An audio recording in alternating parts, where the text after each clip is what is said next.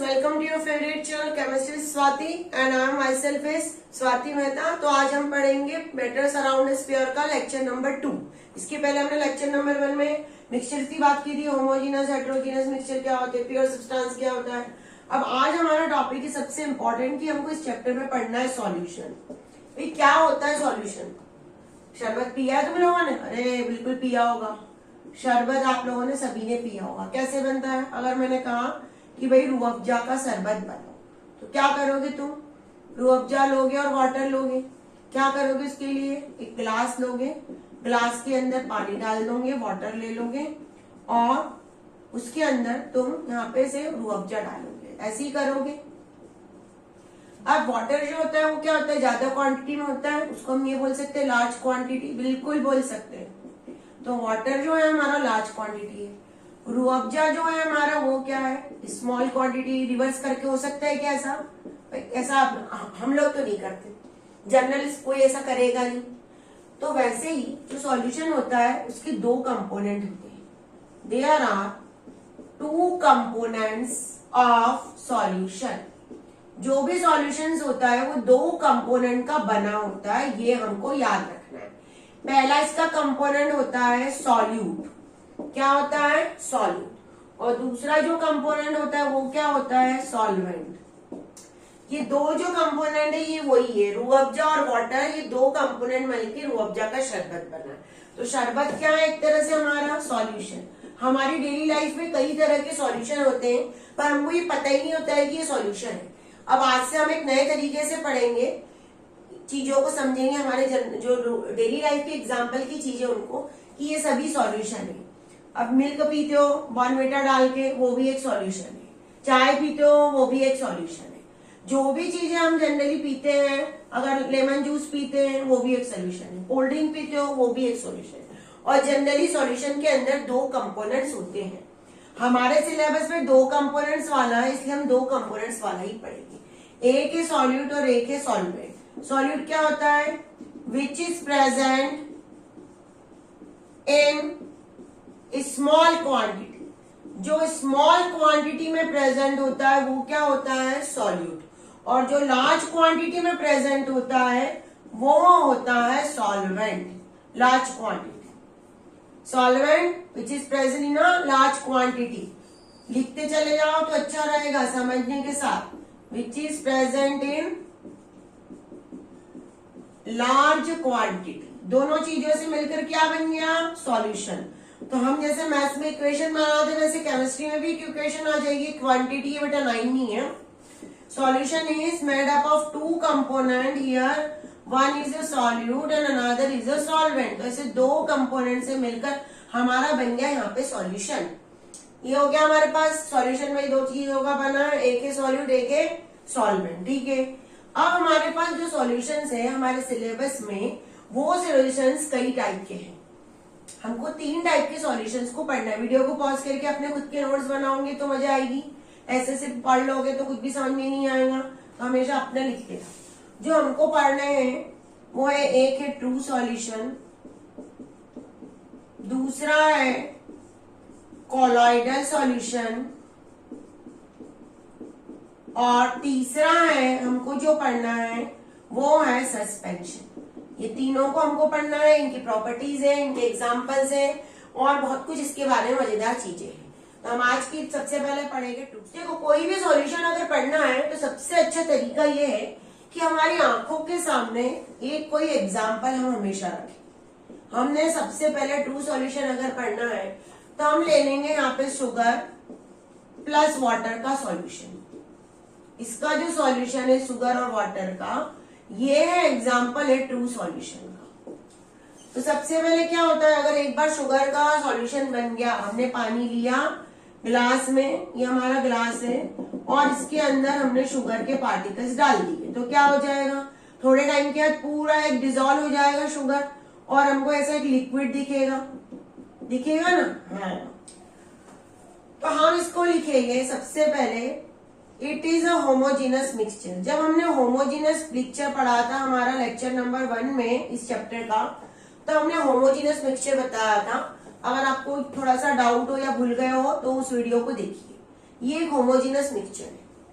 उसके बाद एक बार अगर शुगर डिजोल्व होगी तो क्या हमको नेक्ड आई से शुगर दिखेगी कि अपनी सामान्य आंखों से? नहीं दिखेगी, चश्मे से भी नहीं दिखेगी। कैसे दिखेगी? माइक्रोस्कोप से। तो हम यहाँ पे लिखेंगे particles can not be seen by naked eyes. Particle हमको नेक्ड आइज से नहीं दिखेंगे, ये इसकी प्रॉपर्टी है। ऐसी प्रॉपर्टीज बता रही हूं मैं। ये सब क्या है? ये इसकी प्रॉपर्टीज है। These all are the properties of true solution. उसके बाद पार्टिकल्स हमको आंखों से दिखने नहीं वाला, ये कंफर्म हो गया है। होमोजेनस मिक्सचर है, ये भी कंफर्म हो गया है। यहाँ पे एक होती है पार्टिकल की साइज, तो हम यहाँ पे डालेंगे size of particles. Size of particles is less than 1 nanometre. 1 nanometre से पार्टिकल्स की साइज छोटी होती है। ये नैनोमीटर क्या होता है? सबसे पहले तो ये पता होना चाहिए। तो नैनोमीटर एक मेजरमेंट स्केल है। क्या है? मेजरमेंट स्केल है। ये एक स्केल है जो पार्टिकल्स बहुत छोटे होते हैं उनको मेजर करने के लिए नैनो वर्ड्स का यूज किया था, नैनोमीटर का। तो लेस देन 1 नैनोमीटर बुक में ऐसा दिखा रहता है, आपको वहां पे कंफ्यूज मत हो जाना। ऐसा लिखा रहता है लेस देन 1 nm। नैनोमीटर को क्या लिखते हैं? nm। ऐसा। इसके बाद क्या हम इस शुगर के पार्टिकल्स को बनने के बाद इस सॉल्यूशन में से शुगर के पार्टिकल्स को सेपरेट कर सकते हैं क्या? अगर मैंने फिल्टर पेपर रख दिया तो क्या हो जाएगा, या छन्नी रख दी तो हमारे घर की? नहीं। एक बार अगर सॉल्यूशन बन गया उसके बाद हम कभी भी उसको सेपरेट नहीं कर सकते पार्टिकल्स को। जनरली फिल्ट्रेशन से तो सेपरेट नहीं कर सकते। तो हमारा नेक्स्ट पॉइंट क्या आएगा? Particles can not be separated by simple filtration. Simple filtration से पार्टिकल कभी भी सेपरेट नहीं होंगे। हम अगर सोचे कि पार्टिकल सेपरेट हो जाएंगे तो नहीं होंगे। उसके बाद तुमने क्या किया? इस ग्लास को उठाया और जोर जोर से हिलाया और उसके बाद उसको रहने दिया 2-3 घंटे के लिए। अगर हम इसको 2-3 घंटे के लिए रहने देंगे तो क्या शुगर इसके अंदर वापस नीचे आ जाएगी क्या? सेटल हो जाएगी क्या? हमको ऐसा लग सकता है कि वापस नीचे शुगर सेटल हो जाएगी? नहीं। तो यहाँ पे हमको लिखना है particles can not be settle down, can not be settle down on keeping. इसको कई घंटों तक रखा हमने तो भी पार्टिकल्स अलग से नहीं सेटल डाउन होने वाले। एक बार बन गया तो बन गया, उसके बाद कोई उसको ऐसे सेटल हम नहीं कर सकते। और अगर किसी ने कहा इसका एग्जाम्पल लिखो तो क्या एग्जाम्पल लिखोगे? Sugar and water solution. Example में डाल देंगे शुगर एंड वाटर सॉल्यूशन। ये हमारा ट्रू सॉल्यूशन था। क्या था? ये हमारा ट्रू सॉल्यूशन की प्रॉपर्टी थी। होमोजीनस है, एक बार बन गया फिर एक जैसा दिखेगा, जैसे होमोजीनस मिक्सचर की प्रॉपर्टीज हमने पढ़ी है। उसके बाद पार्टिकल्स नेक्ड आई से कभी भी नहीं दिखेंगे। पार्टिकल की साइज लेस देन 1 नैनोमीटर है। पार्टिकल्स को सिंपल फिल्ट्रेशन से कभी सेपरेट नहीं कर सकते हैं और पार्टिकल को सेटल डाउन भी नहीं कर सकते। These all are the properties of true solution. इसको नोट कर लीजिए आप बहुत अच्छे से। ये हमारे आंखों के सामने अगर ये रहा तो ये पूरी प्रॉपर्टी हमको समझ में आ जाएगी। हमको रट्टा नहीं मारना पड़ेगा, हमको सिर्फ एक्सप्लेन करते आना चाहिए, एक्सप्लेनेशन से समझते आना चाहिए। तो इसको नोट कीजिए। हो गया? अब हम एक बहुत ही मजेदार चीज पढ़ेंगे यहाँ पे कि जैसे हमने कहा कि हमारे पास तो कई तरह के सॉल्यूशन है। मैंने कहा डेली लाइफ में कई सॉल्यूशन, आपको अभी बताया कि हमारी डेली लाइफ में बहुत सारे सॉल्यूशंस हैं पर हमें पता ही नहीं होता है। तो हम आज हमारी कुछ डेली लाइफ के सॉल्यूशंस का टेबल प्रिपेयर करते हैं और समझते हैं कि उनकी स्टेट भी क्या है और कौन कौन से सॉल्यूशंस हैं। तो एक टेबल बना लेते हैं हम। ये है हमारा सॉल्यूट, दूसरा है हमारा सॉल्यूट के साइड में हम लिख देते हैं स्टेट की उसकी फिजिकल स्टेट क्या थी। भाई सबको पता है फिजिकल स्टेट तो अब हमको। ये है सॉल्वेंट, इसकी स्टेट क्या है, और ये है हमारा टाइप्स ऑफ सॉल्यूशन। सॉल्यूशन का नाम क्या है, क्या सॉल्यूशन है या एग्जाम्पल ऑफ सॉल्यूशन, टाइप्स या एग्जाम्पल। अब जैसे अभी हमने कहा शुगर सॉल्यूशन पढ़ा हमने सबसे पहले, आज पढ़ा ना। इस शुगर सॉल्यूशन में सॉल्यूट क्या था, कौन सा कम अमाउंट में था, शुगर। अब शुगर की स्टेट क्या थी, सॉलिड। सॉल्वेंट क्या था, वाटर, उसकी स्टेट क्या थी, लिक्विड। तो अगर हमको कभी किसी ने कहा कि right example in which solid is dissolve in a liquid, तो ये सॉलिड इसके अंदर डिसॉल्व हुआ है लिक्विड के अंदर, क्या ये सॉलिड इस लिक्विड के अंदर क्या हुआ है, डिसॉल्व। आ गया हमको समझ में। ये सिर्फ समझने के लिए एरो बनाया मैंने, ऐसा नहीं कि हमको भी ऐसी करना है। उसके बाद दूसरा हमारा बहुत बढ़िया, कोल्ड ड्रिंक पीते हैं हम लोग सब। अरे मैम ऐसी चीजें आप पूछते हो जो हमको याद आ जाती है, या एरिएटेड ड्रिंक, उसी का नाम है भाई। तुम कहोगे जैसे कोको कोला, तो ये सब उनके नाम है, या सोडा वाटर, ये सभी एक ही चीज है। तुमको सिर्फ कोल्ड ड्रिंक पता है, पर ये हमारे केमिस्ट्री के टर्म में ये सभी नाम है। अब क्या होता है उसमें, उसमें भी पानी होता है, बिल्कुल होता है। कौन सी स्टेट में होगा पानी, वही लिक्विड। अब जब तुम बोतल को ओपन करते हो, कभी देखा है कि क्या होता है, गैस निकलती है ऐसी बबल्स के में, ऊपर आती है, बबल्स ऊपर आती है। तो यहाँ पे होती है CO2 गैस। क्या होती है इसकी स्टेट, गैस। क्या नाम है, कार्बन डाइऑक्साइड। तो यहाँ पे कार्बन डाइऑक्साइड किसके अंदर डिसॉल्व है, वाटर के अंदर। Gas dissolve in a liquid, ऐसा भी बोल सकते हैं हम, gas dissolve in a liquid. Example क्या दिया हमने, कोल्ड ड्रिंक या एरिएटेड ड्रिंक। उसके बाद कई बार हमको, आप लोग बीमार पड़ते होंगे या कुछ ब्लीडिंग होती है, कई बार हमको कुछ लग जाता है, गिर जाते हैं हम, जख्म कहते हैं जिसको, मैडम जख्म हो गया, वुंड हो गया, तो डॉक्टर के पास जाते हैं। तो जब हम डॉक्टर के पास जाते हैं तो डॉक्टर क्या करता है, सबसे पहले हमारे उस जो जख्म होता है, उस जख्म को, उनके पास एक लिक्विड की बॉटल होती है और उससे उसको क्लीन करता है। उसकी बहुत बदबू आती है हमको, तो वो जो होता है वो होता है टिंचर ऑफ आयोडीन। क्या होता है, टिंचर ऑफ आयोडीन। नहीं दिखेगा, समझ में नहीं आएगा, कंफ्यूजन। टिंचर ऑफ आयोडीन ये होता है। अब यहाँ पे जो आयोडीन होता है वो सॉलिड स्टेट में होता है। कौन सी स्टेट में, सॉलिड स्टेट में। और यहाँ पे लिक्विड होता है अल्कोहल। तो आयोडीन जो सॉलिड फॉर्म में होता है, वो सॉलिड फॉर्म अल्कोहल के अंदर क्या होता है, डिसॉल्व होता है। तो सॉलिड डिसॉल्व इन लिक्विड है, आयोडीन होगा सॉलिड फॉर्म में। उसके बाद एयर, भाई हम तो एयर एटमॉस्फेयर में रहते हैं, तो एटमॉस्फेयर में तो हर जगह एयर है, मैम पूछो ही मत। तो एयर में पता है एयर का कंपोजिशन क्या होता है, एयर में सबसे ज्यादा प्रेजेंट होती है नाइट्रोजन गैस। क्या प्रेजेंट होती है, नाइट्रोजन गैस। और ऑक्सीजन कम अमाउंट में होता है, नियर अबाउट इसका होता है 78%, और ये होता है 21%। ये क्या है, गैस। तो यहाँ पे गैस ही गैस के अंदर डिसॉल्व है, gas dissolve in a gas. Example क्या है, एयर। ये हमारी डेली लाइफ में सब थे, पर हमने कभी, हमको पता ही नहीं था, क्योंकि आपको बताया ही नहीं गया था। अब आज से हम सब ऐसी चीजों को याद रखेंगे जो हमारी डेली लाइफ में है। एक और चीज हो सकती, लेमन जूस पीते ना, अरे मैम वापस आप पान पीने की बात करते रहते, नींबू का शरबत, लेमन जूस। तो ये लेमन जूस के अंदर भी वाटर के अंदर ही बना होता है लेमन जूस। यहाँ पे क्या होता है, लिक्विड और लेमन का एक्सट्रैक्ट। लेमन का एक्सट्रैक्ट डालते हैं उसके अंदर, वो भी कौन सा होता है, लिक्विड। तो liquid is dissolve in liquid का एग्जांपल है लेमन जूस।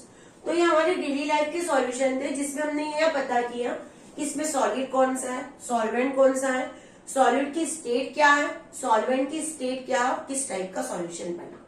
इसको नोट कर लीजिए। चलिए अब आगे कंटिन्यू करते हैं। आप कभी देखा है, हमारे घर में हम शक्कर को पानी के अंदर डालने की कोशिश करते हैं, डिसॉल्व हो जाती। अब आपका मन आया, मैडम बहुत सारी शक्कर को मुझे पानी के अंदर डालना था।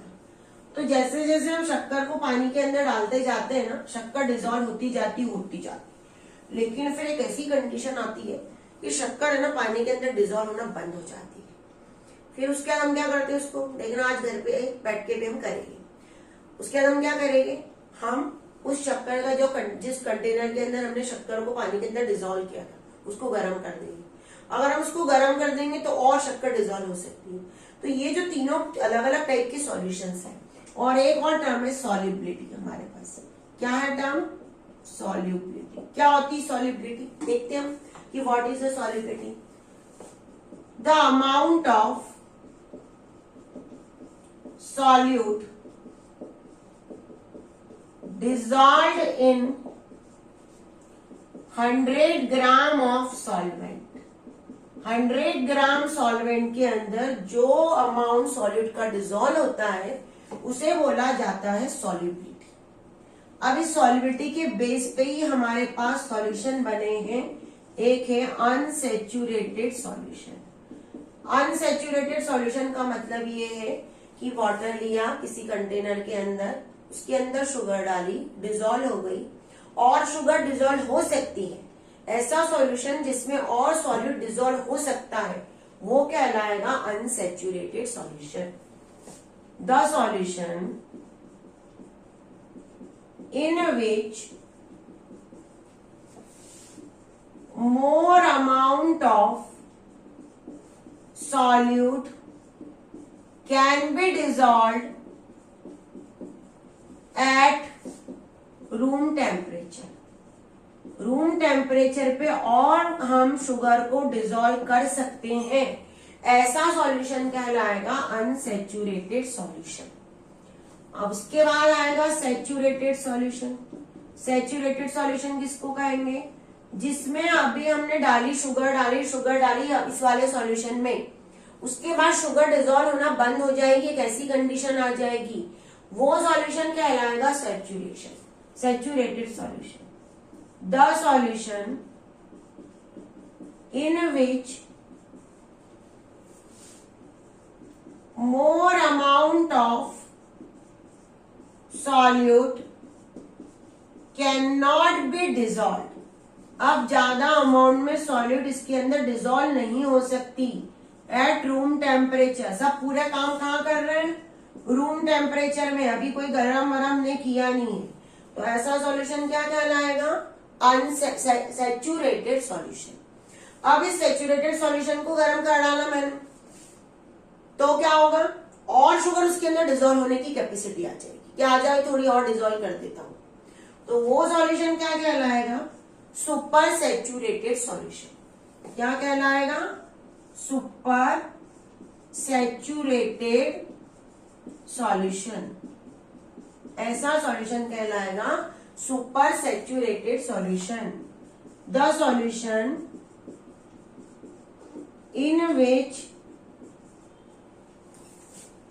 more amount of solute can be dissolved